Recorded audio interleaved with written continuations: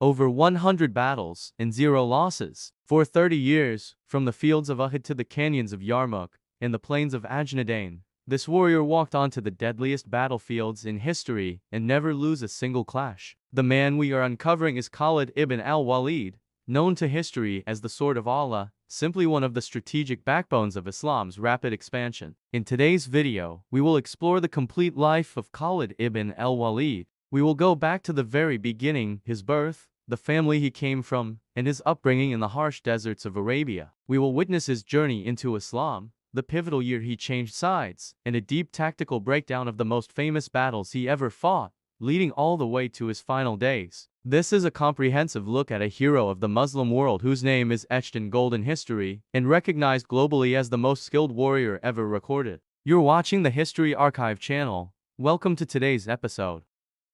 To understand who is Khalid, you have to understand the world he was born into. Khalid ibn al-Walid was born in Mecca, into the Banu Makhzum, a clan of the Quraysh tribe known for its strength, influence, and military reputation. His family was deeply involved in leadership and warfare. His father, al-Walid ibn al-Mughira, was a respected figure among the Quraysh, known for wealth and status. Growing up in such an environment meant that Khalid was surrounded by discussions of honor, combat, and tribal leadership from an early age. Unlike many others of his time, he was trained not only in physical combat but also in tactical thinking. Writing, swordsmanship, and battlefield awareness became part of his natural development. Mecca during this period was a center of trade and religion, but also a place where tribal loyalty and competition played a major role in shaping social life. Khalid grew up witnessing conflicts between tribes and understanding the importance of strategy, positioning, and timing in battle. These early experiences would later define his effectiveness as a commander. Before accepting Islam, Khalid ibn al-Walid had already established himself as a capable and respected military leader among the Quraysh. One of the most well-known engagements associated with him is the Battle of Uhud, where Quraysh forces faced the Muslims led by Prophet Muhammad. Khalid played a decisive role in that battle by executing a cavalry maneuver that turned the course of the conflict after Muslim archers left their assigned positions. This moment demonstrated his understanding of battlefield opportunities and timing. At this stage, however, he was still on the opposing side of the early Muslim community. Khalid's path toward Islam was gradual rather than sudden. Over time, he observed the growing strength of the Muslim community and the changes taking place across Arabia. Eventually, he made the decision to accept Islam during the period following the Treaty of Hudaybiyah. When he arrived in Medina, he was received by the Prophet Muhammad and the early Muslim community. His conversion marked a significant shift not just personally, but strategically. A man who had once opposed Islam was now part of its expanding leadership. From that point onward,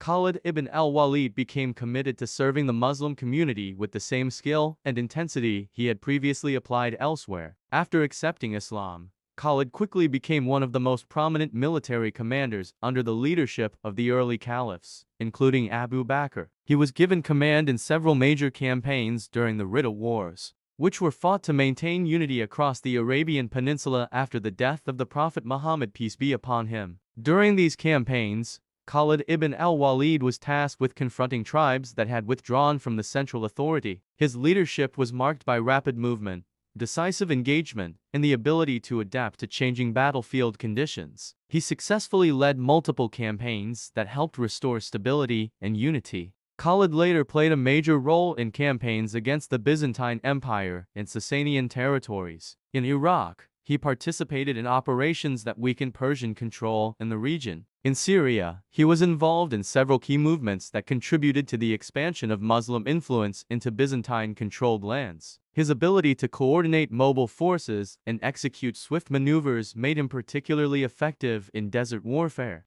One of the most significant battles he participated in was the Battle of Yarmouk. This battle was fought against Byzantine forces and is widely considered a turning point in the Muslim-Byzantine conflicts. Khalid ibn al-Walid played a central role in organizing the Muslim forces, managing troop formations, and responding to pressure during critical moments of the battle. The outcome secured Muslim control over much of the Levant. Khalid ibn al-Walid was known for several consistent traits: rapid decision-making, flexible tactics, strong coordination of cavalry units, ability to adapt under pressure, focus on exploiting weaknesses in enemy formations. Rather than relying solely on numbers, his approach emphasized timing, positioning, and momentum. His reputation grew to the point where he was recognized across regions as a highly capable commander. At a later stage, during the caliphate of Umar ibn al-Khattab, Khalid ibn al-Walid was relieved from his position as a military commander. This decision was not due to failure in battle,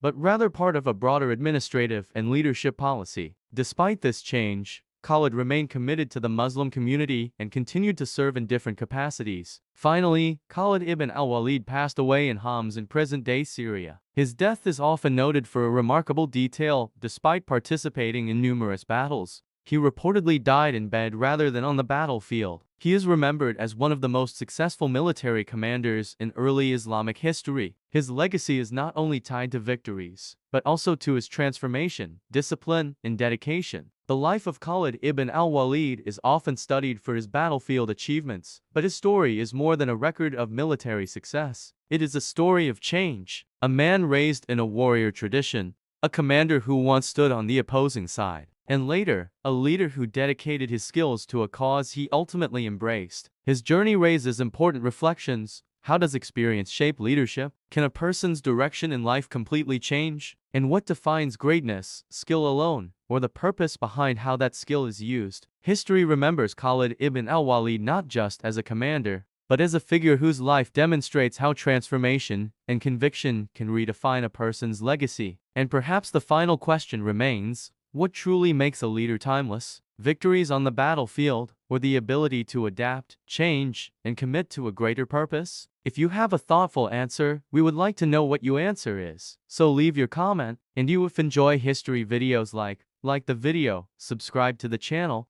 and also do not forget to share it with your friends. Your positive action matters.